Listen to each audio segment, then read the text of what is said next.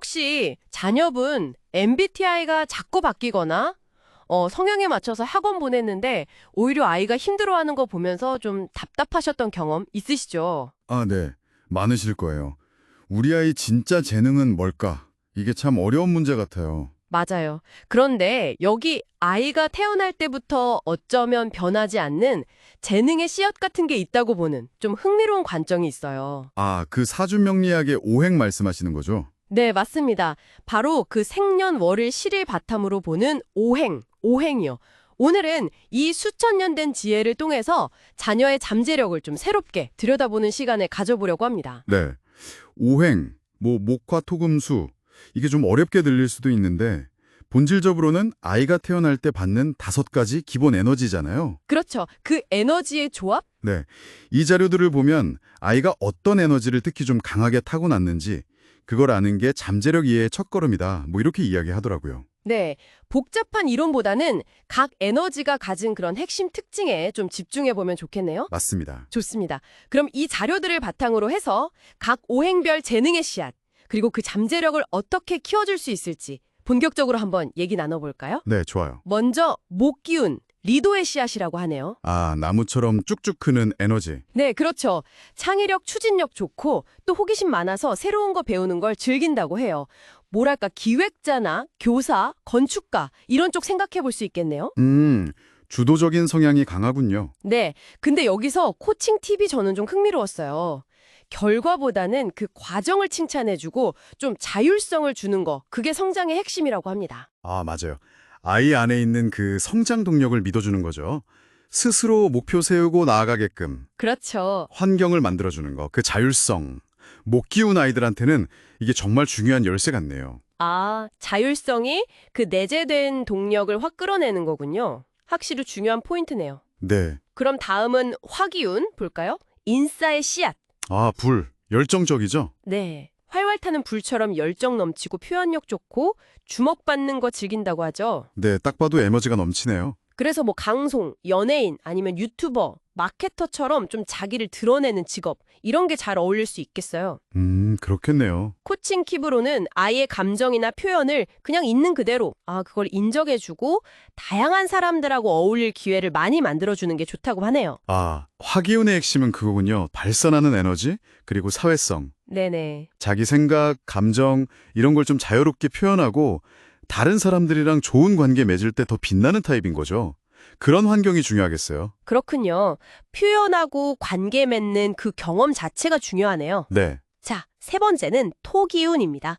중재자의 씨앗. 아, 땅이네요. 단단한 느낌. 네, 단단한 땅처럼 신중하고 책임감도 강하고 또 사람들 사이에 이렇게 균형 잡는 능력이 뛰어나대요. 중재자 역할. 네, 그래서 공무원이나 금융 전문가, 상담사 같이 좀 안정감이랑 신뢰가 중요한 역할들 이런 데 잘 어울린다고 하고요. 아, 듣기만 해도 든든한 아이들이네요. 그렇죠. 코칭에 있어서는 안정적인 환경을 만들어주고 아이 말을 끝까지 좀 잘 들어주는 거 그리고 믿음을 보여주는 게 중요하다고 강조하네요. 아, 신뢰랑 안정감. 이게 이 아이들 잠재력을 끌어내는데 진짜 중요한 요소군요. 네. 관계 속에서 자기 역할을 찾아가는 모습이 그려지네요. 꾸준함, 그리고 일관성 있는 지지. 이게 중요할 것 같아요. 네, 맞아요. 꾸준한 지지 중요하군요. 자, 이어서 네 번째는 금기운입니다. 전문가의 씨앗. 금이요. 아, 뭔가 날카롭고 정확한 느낌? 네, 그렇죠. 날카롭고 단단한 금속, 보석 같기도 하고 원칙이 뚜렷하고 분석력, 집요함 이런 게 강하다고 해요. 아, 뭔가 파고드는 스타일이군요. 네, 그래서 의사, 법조인 아니면 IT 개발자, 연구원 같이 전문성이 필요한 분야랑 잘 맞는다고 합니다. 그렇겠네요. 여기서 코칭은 아이의 그 논리나 원칙을 존중해 주는 거, 그리고 스스로 좀 어려운 문제를 딱 해결했을 때 그때 그 과정 자체를 구체적으로 칭찬해 주면 더 깊이 파고드는 동력이 된다고 하네요. 아, 이 부분이 되게 흥미롭네요. 그냥 잘했다. 이게 아니라 네네. 아이가 그 문제를 풀려고 썼던 논리 원칙, 그 분석 과정 자체를 인정해 주는 거. 맞아요. 아, 내 생각이 존중받는구나 느낄 때 그럴 때 더 어려운 거에 도전하고 싶어지는 그런 마음이 생기는 것 같아요. 사고 과정 자체를 인정해 주는 것? 이거 꼭 기억해야겠네요. 네. 네. 자, 마지막입니다. 수기운, 지혜의 씨앗이래요. 물이네요? 유연하면서도 깊은 느낌? 네. 물처럼 유연한데 또 깊은 지혜, 통찰력 이런 걸 지녔다고 해요. 철학자나 작가, 예술가, 심리치료자처럼 좀 깊은 생각, 내면 탐구 이런 게 필요한 분야에 어울릴 수 있다고 하고요. 혼자만의 시간이 중요한 아이들이겠네요. 맞아요. 코칭 팁도 그거예요. 혼자 생각하고 상상할 시간을 충분히 주는 거. 그리고 왜 그렇게 생각했어? 이런 식으로 아이의 그 깊은 생각에 귀 기울여 주는 거. 그게 창의력 발달에 좋다고 합니다. 아, 수기운 아기들한테는 내면 세계를 탐색할 시간, 공간. 이게 필수적이군요. 네.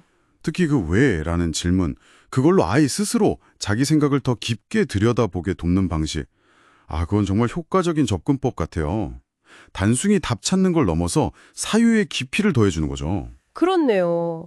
아, 이렇게 오행이라는 렌즈로 보니까 아이의 타고난 강점, 뭐랄까, 필살기 같은 재능, 그걸 발견하고 거기에 맞는 환경을 만들어줄 수 있겠다, 이런 생각이 드네요. 이게 이 자료들의 핵심 메시지인 것 같아요. 네, 그쵸. 아이를 좀 더 깊이 이해하고 어쩌면 불필요한 시행착오 같은 것도 줄이는 데 도움이 될 수 있겠죠. 네, 맞아요. 물론 오늘 나눈 이야기는 각 오행이 좀 두드러질 때 나타나는 대표적인 경향성인 거고요. 아, 그렇죠. 실제로는 다 섞여 있기도 하고. 네, 맞아요. 실제로는 한 아이가 여러 오행 특성을 막 복합적으로 가지는 경우가 훨씬 많고 또 사주 명리학에서는 오행끼리 서로 어떻게 영향을 주는지, 그 균형은 어떤지, 운의 흐름은 어떤지 이런 훨씬 다층적인 분석을 하거든요. 훨씬 복잡하군요. 네, 오늘 이야기는 아이를 이해하는 또 다른 관점을 얻었다. 여기에 의미를 두면 좋을 것 같아요.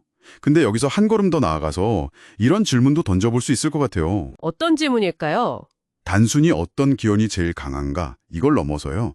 자녀 안에 있는 이 5가지 오행 에너지가 서로 어떻게 영향을 주고받는지, 어떻게 조화를 이루는지 그 상호작용의 패턴 자체를 이해한다면 아이의 잠재력을 훨씬 더 입체적으로 파악하는 열쇠가 되지 않을까요? 아, 오행 간의 상호작용 패턴이요? 네, 이게 아마 다음 탐구를 위한 아주 흥미로운 질문이 될 수 있을 것 같습니다.